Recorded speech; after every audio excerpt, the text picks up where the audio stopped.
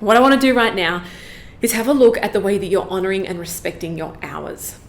Because here's the truth, and this might be shocking for some people in the room, 80% of your time should be spent on higher value tasks.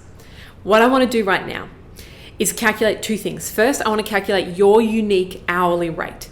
Essentially, this is what is your time worth when it comes to the revenue in your business, or what you want the revenue to be in your business. Okay, so we're going to have a look at what you want the revenue to be in your business, and as a result, how much financially you should be valuing each of your hours that you're dedicating to the business.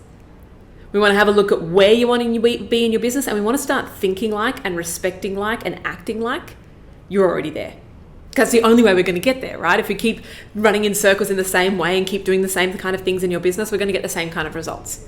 Okay, so what I want to do right now is look at where we're going, what your hourly rate is, and then I want to have a look at right now how we're showing up in terms of high value and low value tasks. Let's jump in first. We're going to figure out first your hourly rate. So first things first, in this calculator, and you'll be able to see it in the worksheet, otherwise right now on a piece of paper, just write this out. Okay, the whole point of this is we're going to decide what your freedom metric is. This is the financial goal that you next want to hit in your business. The freedom metric needs to be at least $20,000 a month. Okay, if it's any lower than that, you're not going to feel truly free when you hit it. I do this from experience, right? I know that when I hit $5,000, I was like, great, this is what I'm earning this is what I was earning in my job. Surely once I hit $5,000, I'll feel free. No, you don't, because it's a business and there are adult numbers. There's things like tax, and there's things like investing back in the business, and there's things like savings, and we're adults and we need savings in our life. So there's all those kinds of things we don't factor in. So I thought it was 10,000, and I still, at the 10,000 a month mark, I still didn't feel truly free. When you're turning over, when your revenue is $20,000 a month, that's where you really start to breathe. That's where you really start to enjoy it, right? So let's get there as quickly as possible. That's when you don't have to stress. That's when you can get a second doer or a third doer, right? So that's when you really start taking your hands off the keyboard and the way that you spend your time, okay? But I want to think about how we're going to get there as quickly as possible and what life looks like when we get there, just so we can reverse engineer this, okay? So we look at what our freedom metric is going to be. Let me know in the chat box per month, what's your next freedom metric? Are you in startup or pre-startup and it's $20,000 a month? Or have you already hit 20,000? I then went to $50,000 a month. Once you've hit $50,000 a month, I then personally, my next freedom metric was $83,333 a month, because that's $1 million business. So just growing from there. Okay, what does that look like for you? What's your current freedom metric that you're aiming on hitting? What's that next target for you financially? Once you've figured out that, we figure out how much that is per week in terms of how much our weekly freedom metric is, how much revenue we need to be generating per week. And we divide it by how many hours you want to work in a week. Okay, I'll give you an example in a minute, and this will all make sense. Once we do once we figure out those two numbers and we divide the weekly freedom metric by the hours you want to work per week, we can figure out your hourly rate. So let me give you an example. Let's say your freedom metric is that startup stage. You're wanting to hit $20,000 a month. Okay, we just need to get that in a weekly number. So $20,000 a month divided by 4.3 weeks in a month.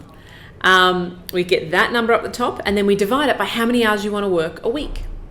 So let's say you're like, you know what, I want to work 3-ish days a week, 25 hours a week, right? And think about when you're at that $20,000 mark, how many hours do you want to be committing into the business, right? So you've got a $20,000 a month freedom metric, divide it by 4.3, so we get the weekly freedom metric. And then we're dividing that by the hours you want to work per week. Your hourly rate in that example is $186 an hour.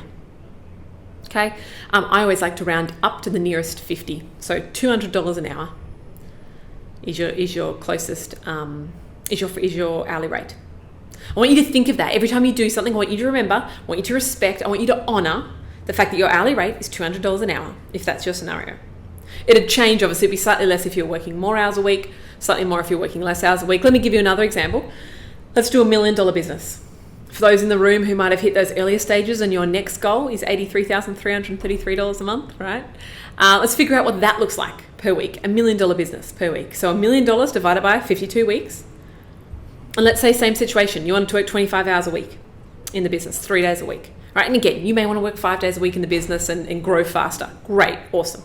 But let's just say that that's that scenario. Your hourly rate there is very different. $769, or round up to the nearest 50, $800 an hour is your hourly rate. So let's take a moment now. I want to find out what your hourly rate is. Take a second and I want you to share it in the chat box as soon as you're done. I'm going to give you 60 seconds to figure out your hourly rate. So first things first, up the top, what's your weekly freedom metric? How many hours do you want to work each week? Think of 8-hour days if that's easiest, and figure out how many days you want to work.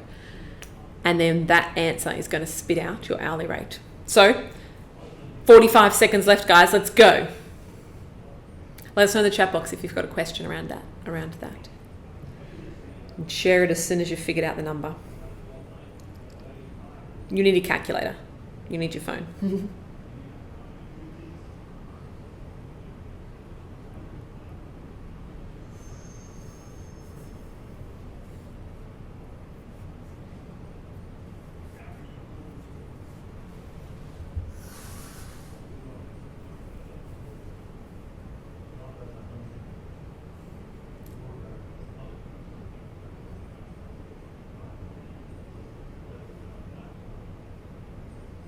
Okay, 5 seconds left. So you figured out what's your monthly freedom metric or your annual freedom metric, divide it by weeks. If it's monthly, divide it by 4.3. And then what's your total workload going to look like? How many hours a week? You divide your weekly freedom metric by the number of hours per week and it will spit you out a number. Make sure it's in the chat box now. Because here's the thing, what I want to do next is make sure that we just reflect for just a moment and figure out if you're currently honoring your hours like we should be, right? You want to get to that female entrepreneur? Well, let's start acting like it. It's the same with everything, right?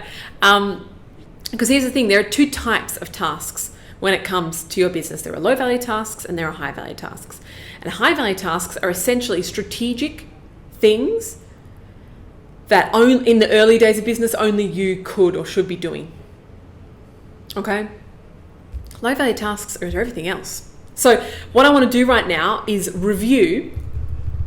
In the last week, I want you to add up how many hours did you spend on low value tasks in the last week? Just pause for a moment and just have a think.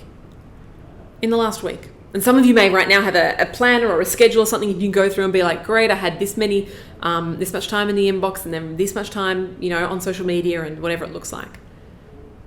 How many hours did you spend on high value? And how many on low value, right? These are examples of low value tasks versus high value tasks. You can see high value tasks, growing a team, right? That pays off for years to come. Creating product, do it once and it's done. Paid ad strategy, marketing strategy, copying strategy, all of that digital marketing strategy, that high level stuff, that's you, right? And so many, like a lot of you, right, are in the doers way, and you can get help with all of that strategy from us, from our coaches and from our programs on the other side of the business. But that essentially sits with the business owner. You're not acquiring a marketing manager in your business with an outsourced doer, right? That's going to be your role.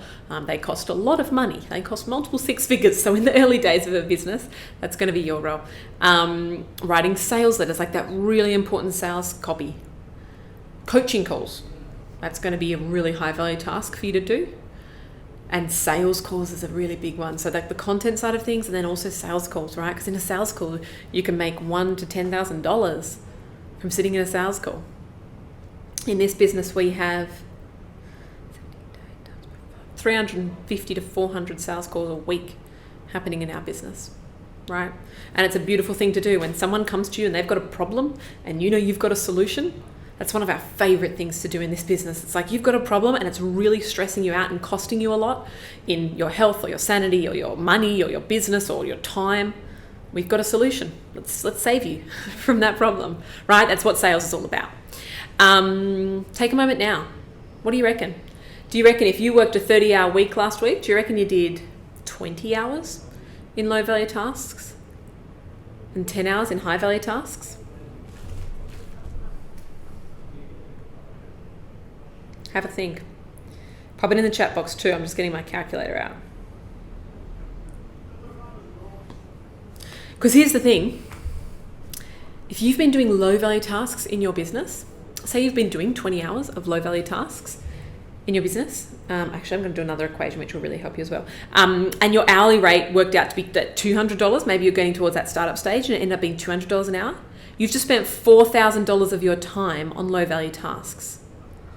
Now let's have a quick look. $4,000 of your time, 1 second. 139 divided by 40 divided by 4.3 times by, how many did we say? 20 hours. So it costs you $4,000 of your time. Your outsourced doer, that's around $170 of their time. Right, if they're working at the same pace. Okay, maybe they work at half the speed of you at the beginning of first being involved in your business. Maybe. That's still like $170. That's still $350 worth of the doer's time versus $4,000 worth of your time. Like, we're talking more than 1 to 10 return. Can you see what I'm saying here? If you're working on low value tasks, things that in essence, in definition, are things that other people can and should be doing, you're wasting thousands of dollars a week in your business. Even if you just spent 20 hours last week on low value tasks, you've spent $4,000 of your time, which could have been dedicated towards high value tasks. And your doer, even if they took twice as long, that would have only been $350, right, worth of your doer's time. So that's where the really important thing comes into play, is where we make sure that we're focusing in on getting low value tasks off your plate and keeping the high value tasks.